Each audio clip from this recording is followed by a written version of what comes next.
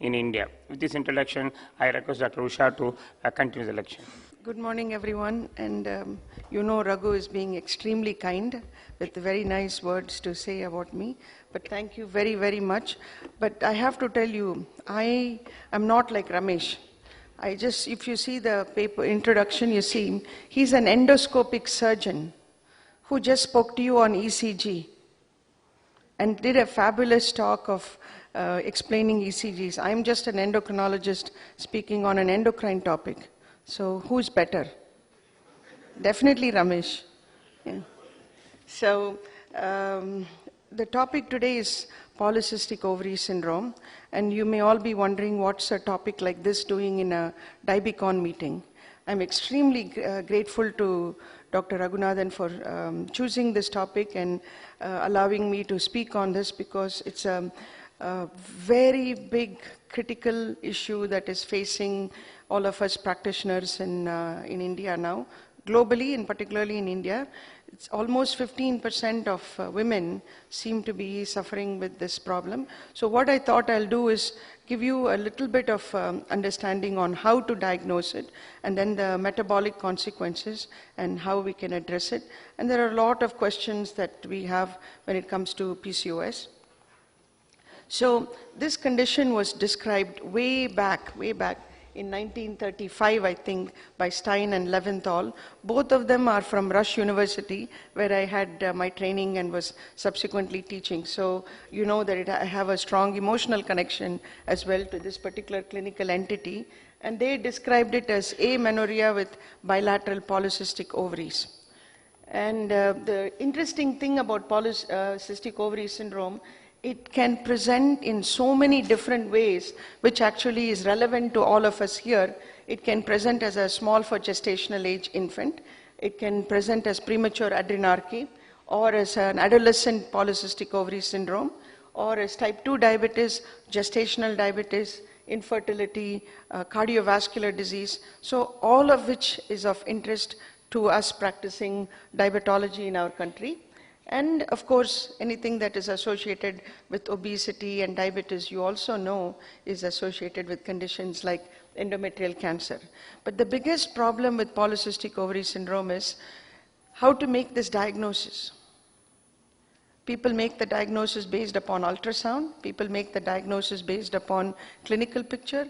People make the diagnosis based upon laboratory findings. How do we make the diagnosis, and what are the criteria? And that again depends on which group or which organization is defining it. And as you can see, it's a blind man and elephant kind of a picture. So whether it is the American Society of Reproductive Medicine, or the American Endocrine Society, or the Androgen Excess Society, depending on whoever is defining it, they'll come up with guidelines, and I'll show you how that goes. So originally, the National Institute of Health in 1990 defined it as that patients should demonstrate both clinical and or biochemical signs of hyperandrogenism, oligo or chronic anovulation, and exclusion of other etiologies of androgen excess and anovulatory infertility is necessary, is what they said. So if you see here, they actually did not include polycystic ovaries on ultrasound at all in this definition. If you see this original 1990, which is what we used till 2003, when the ESHRE and American Society of Reproductive Medicine came out with their guidelines. They came out and said that patients should have 2 out of 3 criteria, which is what we use now. So if you follow this, it is most appropriate. Either patient has oligo or anovulation, which is usually manifested as irregular menstruation, hyperandrogenism, clinical or biochemical. It could be acne, it could be hirsutism, it could be virilization, it could be scalp hair loss, any of those, androgen excess, clinically or biochemically, polycystic ovaries on ultrasound. You need to have 2 out of 3 to make the diagnosis. And again, they said you rule out other causes of hyperandrogenism. Very important to keep this in mind. Then the Androgen Excess Society, they came out with their guidelines when they said patients should have hirsutism or hyperandrogenemia, or they can have oligoanovulation or polycystic ovaries. So in essence, they're saying the same thing, you need to have 2 out of 3, except here they're saying they must have hyperandrogenism. So what we in practice are now doing is, we are following the American Society of Reproductive Medicine's 2 out of 3 criteria, which is this. Patient has irregular menstruation, patient has some features of androgen excess, polycystic ovaries on ultrasound. You need to have 2 out of 3 to make the diagnosis. And you also must rule out other causes of androgen excess and anovulation. So if you look at putting all of them together, the original NIH, the Rotterdam new criteria, and the Androgen Excess Society, all of them, 2 things come out which is very important. One is that everyone says that you should rule out other causes, as you can see. And all of them say you need to have at least 2 out of 3. No one is saying you can just go buy polycystic ovaries on ultrasound. No one is saying that if someone just comes to you with irregular cycles, you can call it as PCOS. So everyone says you need 2 out of 3. And everyone says you have to rule out other causes. And what are these other causes that we are talking about? Things like Cushing's syndrome, hyperprolactinemia, congenital adrenal hyperplasia, or androgen-producing tumors. Very easy to rule them out with a simple blood test. So this is the current definition. And for making the diagnosis by ultrasound, at least 1 ovary with 10 to 12 follicles, and they should have and they should be at least 9 millimeters or more, and the ovarian volume more than 10 ml. Okay? And 1 ovary with this picture is enough. You don't need to have them in both the ovaries. So 1 ovary with this picture is enough, and you need to have this kind of typical pearl necklace picture. That is how it is described. But keep in mind that 25% of normal women, absolutely normal girls and normal women, have polycystic ovaries on ultrasound, which is why we can't just use that one criteria. And so many women can have irregular cycles for so many other reasons. The most common being obesity, which is why we can't just use irregular cycles as the criteria. And so many women can have facial hair or hair loss or acne or oily skin, any of those things. Either it can be familial, it can be something idiopathic, it can be so many other reasons. So we cannot use just that one criteria, that we always combine 2 criteria and rule out these other causes before making the diagnosis. So very important. And just to show you that a lot of people can actually have polycystic ovaries on ultrasound, perfectly normal volunteers, normal people. They looked at electoral roll and they found that 21% of women have this. So subsequently, the interest in polycystic ovaries really increased because we started getting a lot of information about the connection between insulin sensitivity, insulin resistance, the prevalence of diabetes, impaired glucose tolerance, and all of those things in women with polycystic ovary syndrome. And they also found that this seems to be happening in families. Sisters seem to have it, mother and daughters have it, aunts and nieces have it. So there seems to be a genetic connection as well. And now comes, how do people present with polycystic ovary syndrome? Just let me show you. Again, it depends on which doctor is seeing the patient or which specialist is seeing the patient. Let me give you 3 important clinical features. One is the patient, 50% of women are overweight or obese, and about 50% are actually thin, as you can see in this. Both of them can have PCOS. This is the thin one, or we call the lean PCOS, and this is the overweight girl, or the obese PCOS. And then we have the hirsutism, which typically is classified with the Ferryman-Galloway or scored with that Ferryman-Galloway score, depending upon where the hair growth is. And then acanthosis nigricans, which is usually a feature of insulin resistance. We need to look for all of these findings in our women with polycystic ovary syndrome. Many years ago, if you see here, this paper is from, I think, way back in 1963. They said that the features were things like infertility, hirsutism, amenorrhea, obesity, and dysfunctional uterine bleeding. And depending upon the country where you come from, the body mass index distribution varies in PCOS.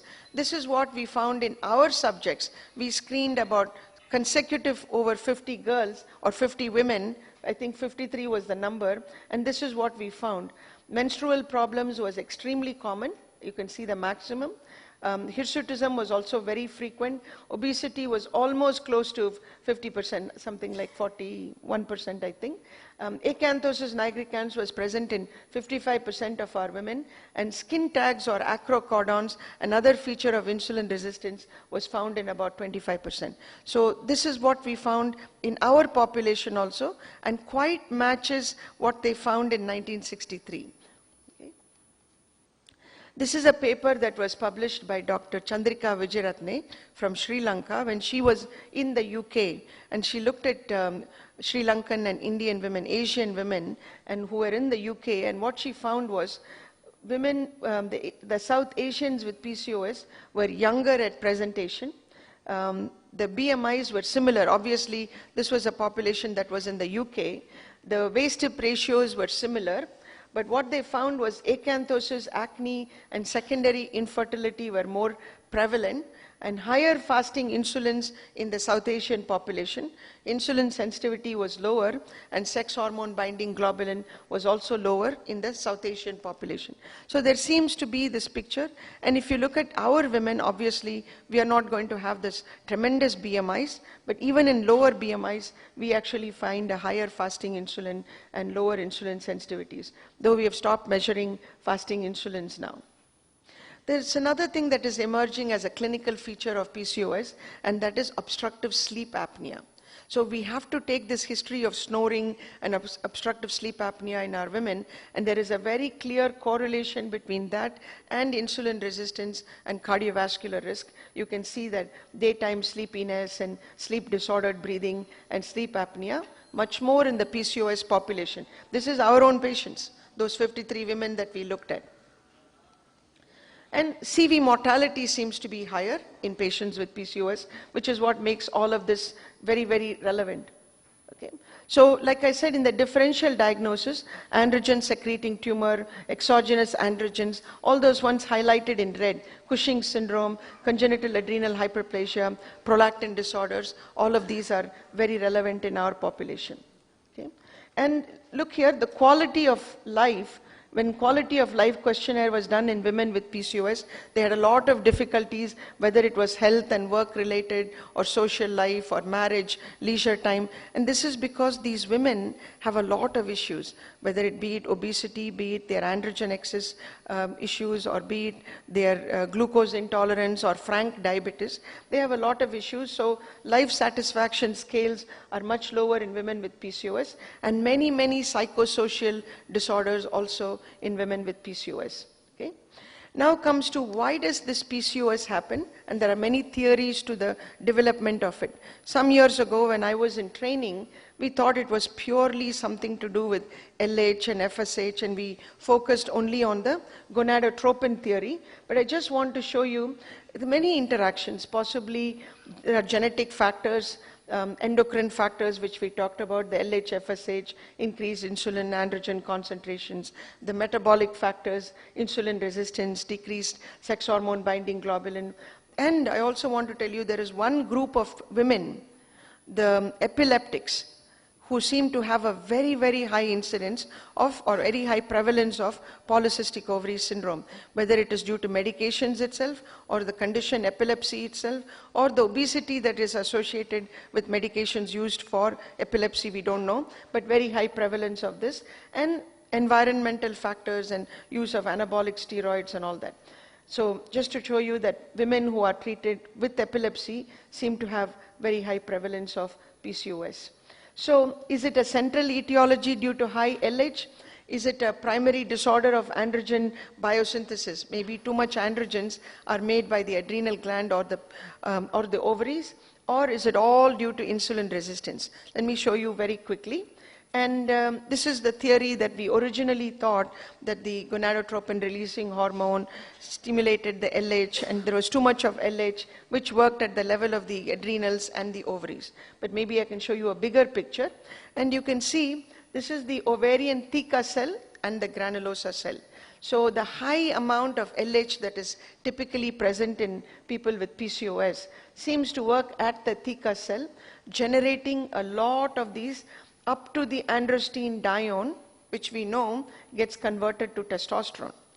Then at the level of the granulosa cell, it is supposed to get converted into estrogens, which is why one of the reasons people talk about the use of aromatase inhibitors in PCOS is because it's this aromatase that converts the testosterone into these estrogens.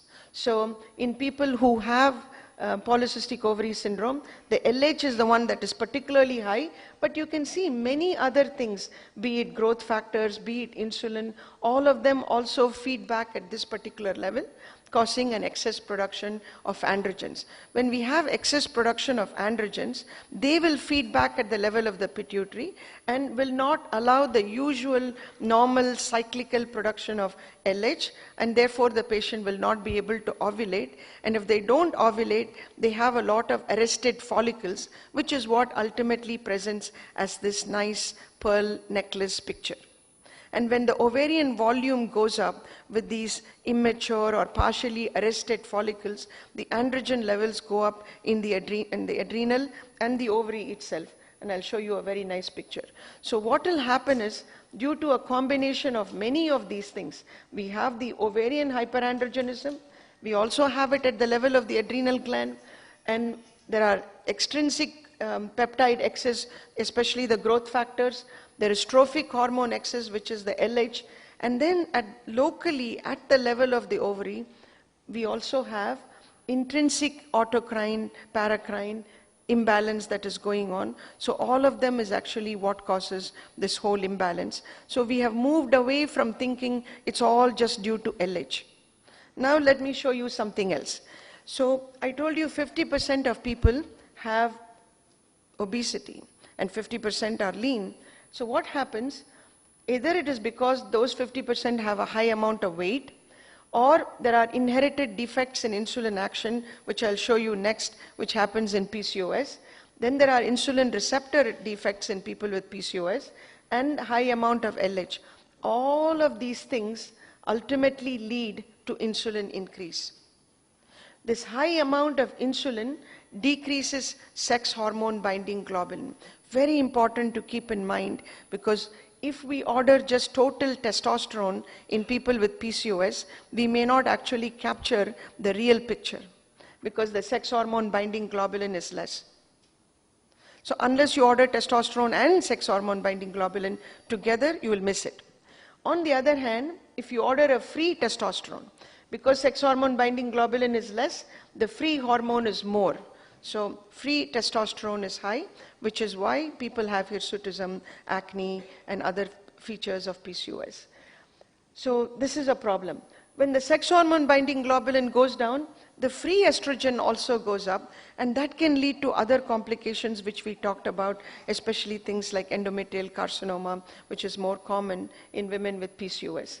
But what happens with the insulin increase? They also work at the level of growth factors, which will lead to increase in testosterone, which will further contribute to increasing the free testosterone.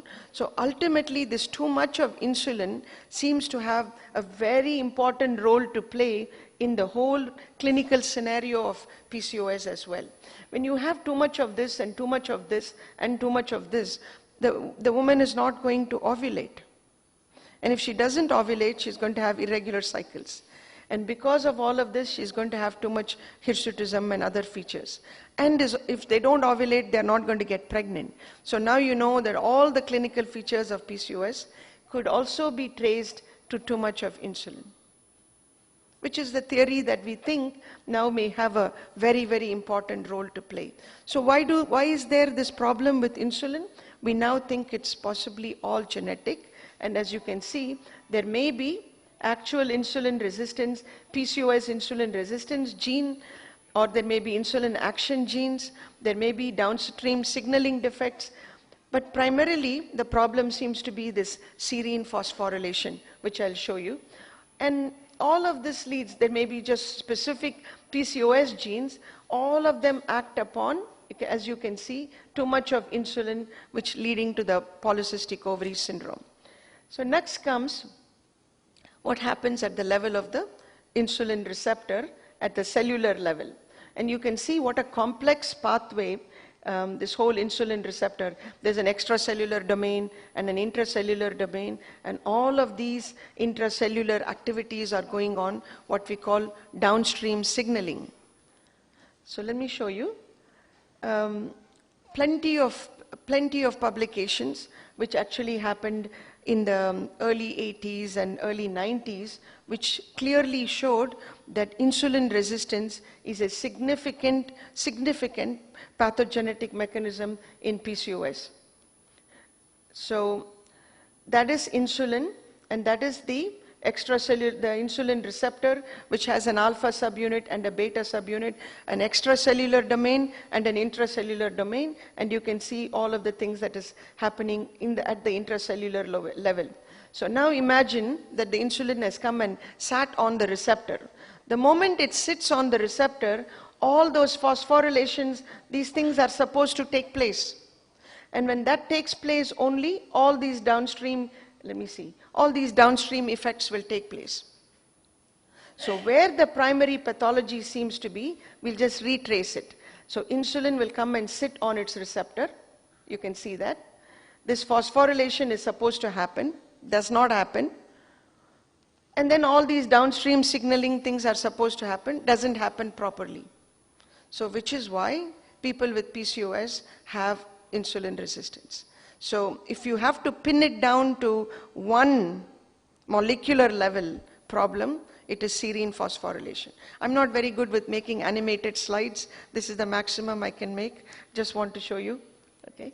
So the insulin receptor, the resistance basically is, as you can see, leads to all this insulin, this downstream signaling defects, which leads to the insulin resistance, which then leads to all the complications of insulin resistance we are all aware of at the endothelial level, nitric oxide level, at so many levels, causing the metabolic syndrome. So studies have shown that women with PCOS have high levels of insulin, okay, as you can see from this slide.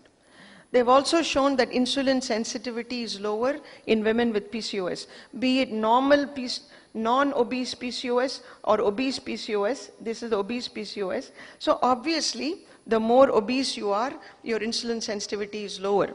So this is non-obese PCOS, non-obese normal people, definitely less than them.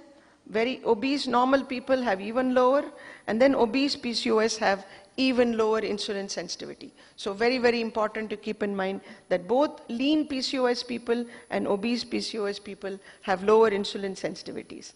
And clearly it has been shown, if you measure only the fasting sugar in these people, you will actually be misled and you will miss a lot of patients with glucose intolerance of all kinds. You may just pick up some impaired fasting glucose, but you will miss the impaired glucose tolerance and you will miss the frank diabetes that happens in women with PCOS. So when you suspect PCOS, please do a 2-hour 75-gram glucose tolerance test. Only then we can pick up all of these women with PCOS, as you can see from here. The original data was published by Dr. Legro, and in his original paper he said that 31% of people have some impaired glucose tolerance and 7.5% of women have frank diabetes. But let me tell you something, when we are talking about PCOS women, we're talking about young women. Women who are in their teens and 20s and possibly early 30s. So when we are showing these numbers, these are very, very high numbers for very young people. But let me show you what happens in our population. That same 53 women that we looked at their glucose tolerance with a 75-gram glucose tolerance test. We found 13% diabetes. Not 6.5 that Legro found, we found double. So I have to tell you that genetically we are in a very bad shape.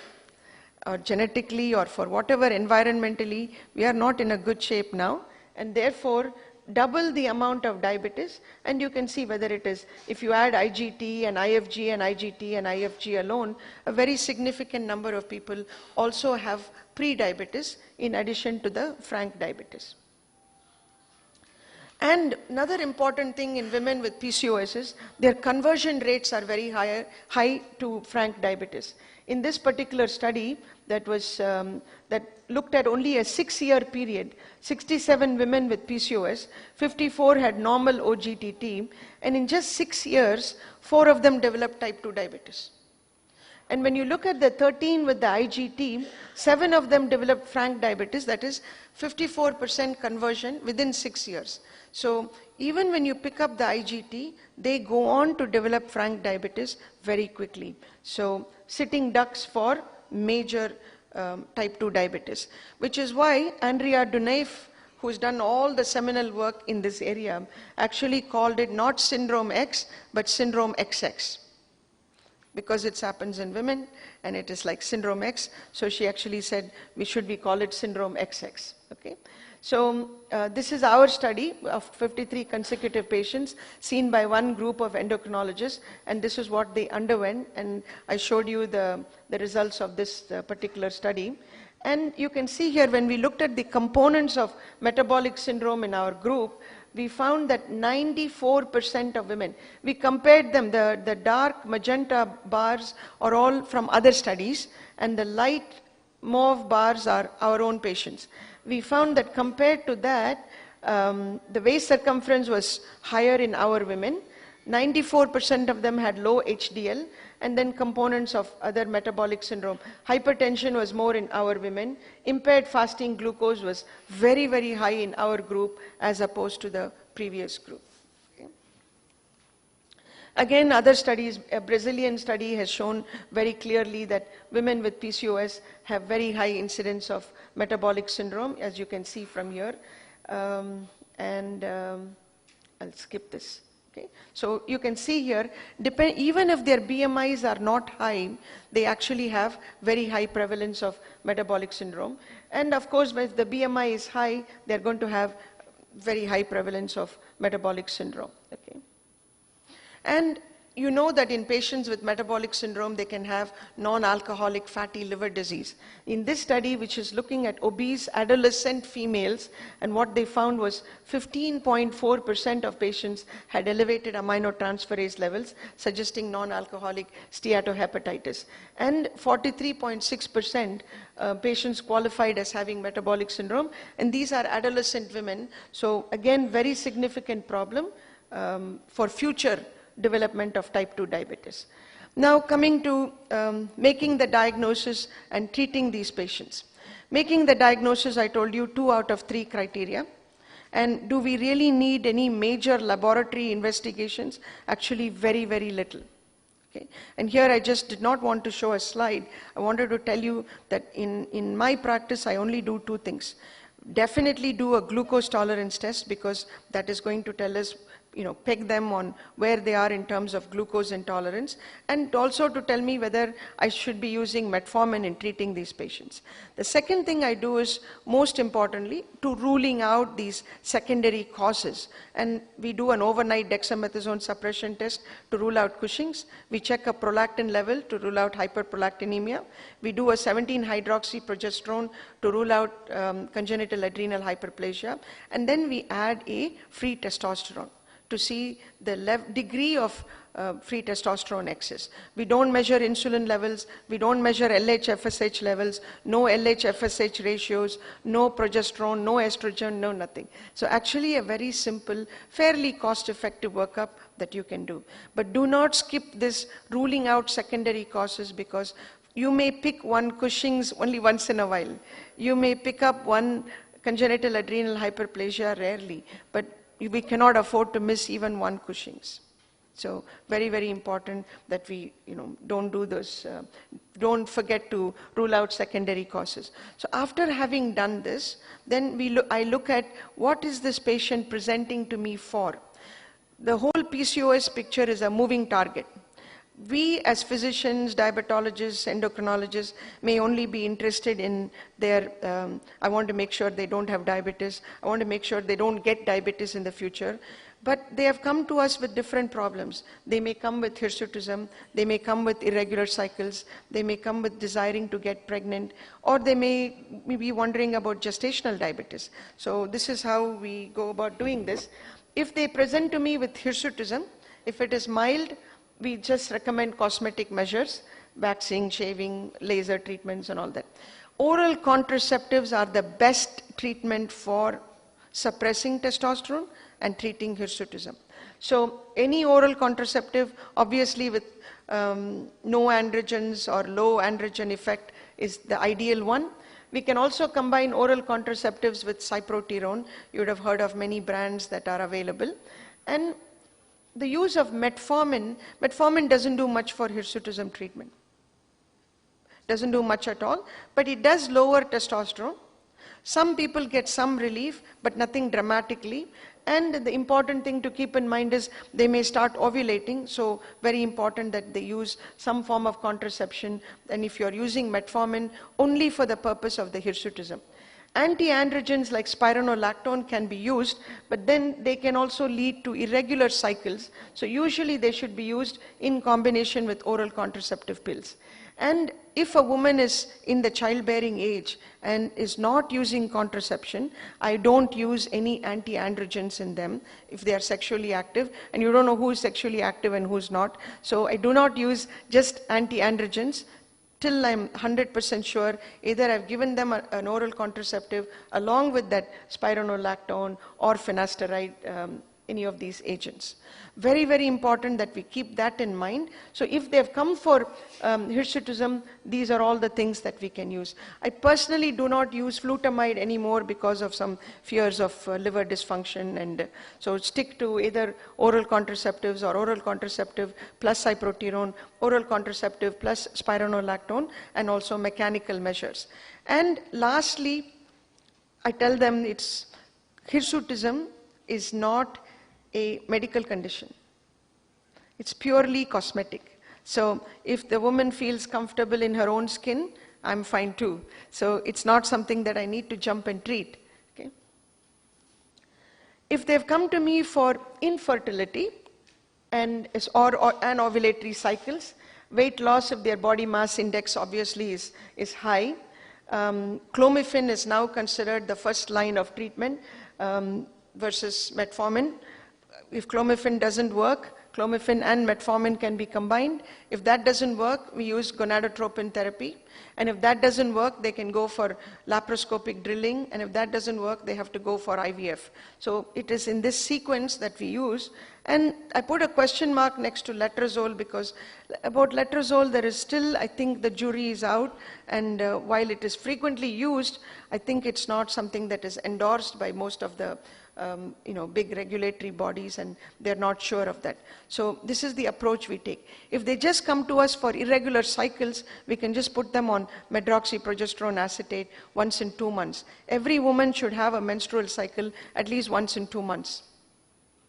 Otherwise, her endometrium gets thickened and sets her up for future endometrial carcinoma. So at least once in 2 months, I ask them to take a progesterone withdrawal, medroxyprogesterone acetate, 10 milligrams for 10 days, and they're fine. Or if they need contraception, I put them on oral contraceptives. So this is the simple approach to hirsutism and infertility. And if they have completely erratic, irregular cycles, we can put them on suppression with oral contraceptive pills, especially if they also have hirsutism or menorrhagia or polymenorrhea, or if contraception is desired. Ideal agent. Like I said, you can just use progesterone withdrawal bi-monthly. If it is monthly, I use only for 5 days. If it is every 2 months, I give it to them for 10 days. How do we use metformin? If they have documented insulin resistance, meaning if they have either an IFG or an IGT or lot of clinical evidence of insulin resistance, you can use it. And I use it for 6 months and keep pushing the weight reduction. Sometimes patients with PCOS can also be put on GnRH analogs for completely suppressing their testosterone levels and then later taking it off so we can induce ovulation. Most important is weight reduction and lifestyle modification. Though there are small studies using orlistat or using sibutramine or using exenatide or using agents like that, they are very small studies and I don't particularly use them as therapy, only push the lifestyle modification and weight reduction. Obesity, we want to calculate BMI, their waist circumference, do the lipids, rule out the glucose intolerance, rule out thyroid dysfunction and Cushing's, which we already talked about. Important to do a diet log, activity and all that. Prescribe weight reduction, diet and exercise, and consider metformin only for insulin resistance. And consider other strategies, meaning morbid obesity, you might think of bariatric surgery. And lastly, this is, I think, a very confusing area, but I'm not going to show evidence on this because I can show you evidence in all directions, but I'm just going to summarize it and give you my views on that. Should all women be on metformin? No. Only those with glucose intolerance. Should metformin be given to decrease pregnancy losses? Actually, when they looked at meta-analysis, though there is small studies that showed definitely there is a decrease in pregnancy losses when given metformin in the first trimester as opposed to women who are not given. And there is increased pregnancy losses in women with PCOS because of high LH, because of glycodelin, because of IGF-BP1, so many reasons. We don't give it to everyone. The reason is we still do not know the effect of metformin in the first trimester. So we currently are using it for decreasing pregnancy losses in 3 situations. One is if the woman has glucose intolerance. Secondly, if there has been previous pregnancy losses, at least 2 of them, or if it is a IVF pregnancy or quote-unquote precious pregnancy. Everybody is a precious pregnancy, but some are more precious than others. See, if I have a 23-year-old who's just been married for 1 year and trying to get pregnant, I'm not going to give them metformin. If I have a 35-year-old who's been trying to get pregnant for 7 years, that's a different situation. So we need to use our clinical judgment. Does metformin prevent GDM? Obviously, if we give metformin, if nothing, the glucose intolerance levels will be better. So, but we do not again have evidence to say that we should continue the metformin throughout pregnancy to prevent GDM. If they have fine GDM, we treat them. That's the therapy that we are doing right now. Do women with PCOS benefit from weight reduction therapies? Like I said, small studies have shown that there is some benefit, but there is no current recommendation on putting these women on orlistat or agents for weight reduction. Can PCOS be cured? The answer is no. We are born with it. It's mostly genetic. So there is no need, once the diagnosis is made, there is no need to keep on checking the ultrasounds to see if the polycystic ovaries go away. They don't go away. They'll be there always. So the only thing that we want to make sure is find out what the patient has come to us for.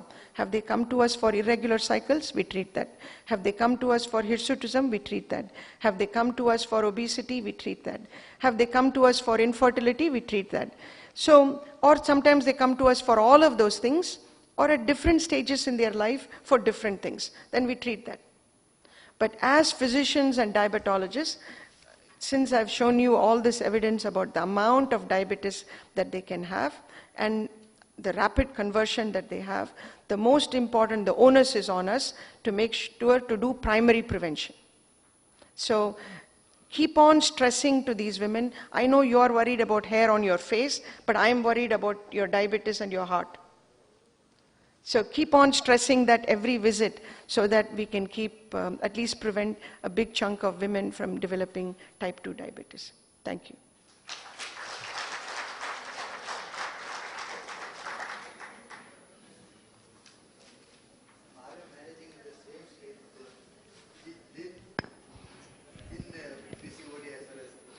Which PCODs are you treating the same scale? Same. See, thin PCOS women also have glucose intolerance, also have these growth factor issues and all that. So we really need to manage them the same way, except we are not going to be pushing weight reduction in them. The others, the major thing is pushing the weight reduction. The key thing is, I think, making the diagnosis, which is why I spent a little time showing the different criteria. Once we have called someone as PCOS, see, because a lot of women are just plain overweight and have irregular cycles based on that. We can't be calling all of them as PCOS. So we have to clearly make the diagnosis and then treat them. Okay. I don't think there is role of pioglitazone in anything anymore. Okay. No, I'll tell you, pioglitazone has come under the scanner for bladder cancer, But I don't use pioglitazone. I don't use TZDs at all in my clinical practice. Never used, never will, because I'm concerned about weight gain, I'm concerned about anemia, I'm concerned about fractures, I'm concerned about heart failure, I'm now concerned about bladder cancer. So a lot of issues. But in women, what will happen when you put them on pio, when they are young for PCOS, though there is data to show insulin resistance comes down and they do ovulate.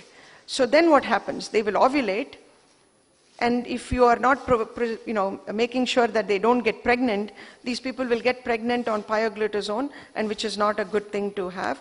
And they may gain weight, which could be potentially a counterproductive thing. In my next talk, I'll show you something on how we don't want to get to where we want to get with weight gain. So so I don't use pioglitazone and do not recommend it also.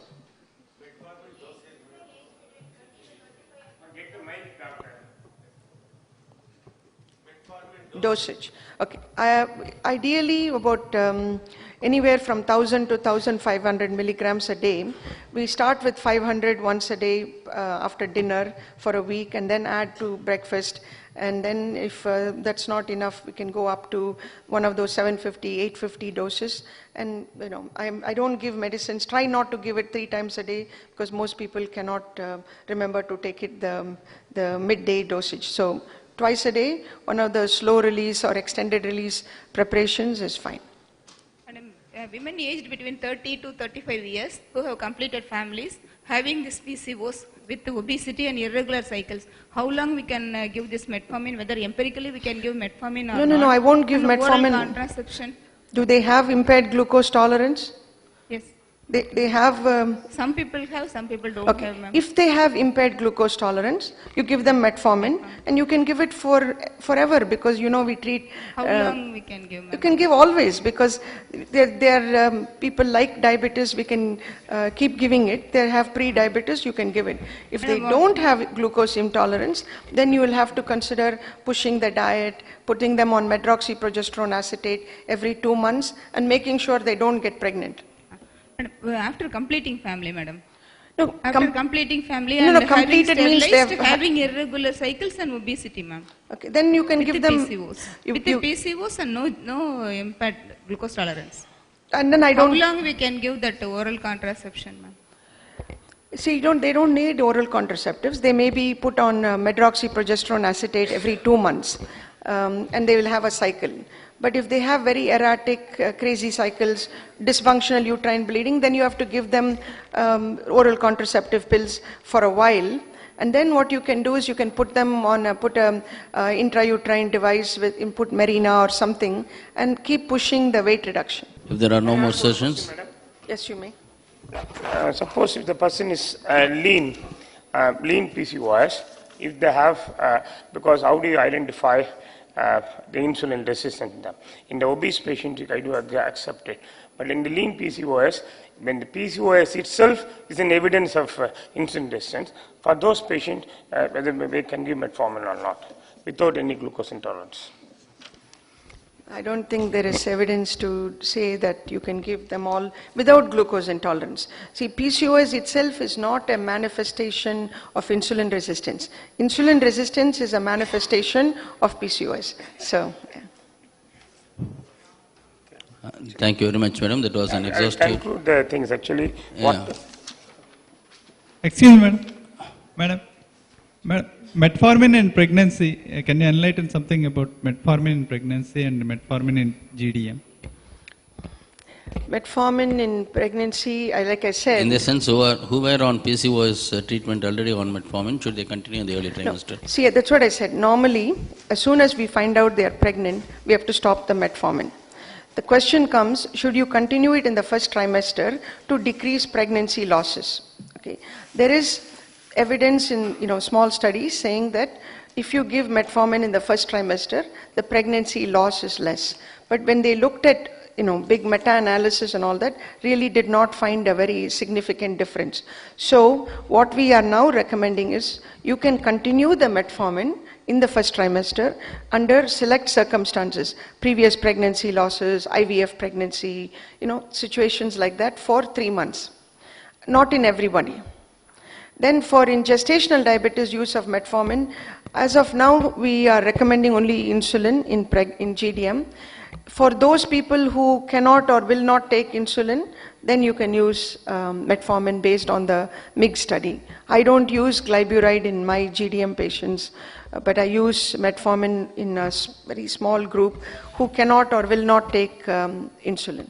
But insulin is the first choice. Because even in the MIG study, they showed that 42% of women who were on the metformin needed also additional insulin.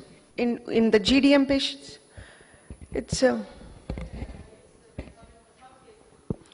the outcome is okay. They some of them needed also some little bit of extra insulin, but it's only really for those people who absolutely will not take insulin.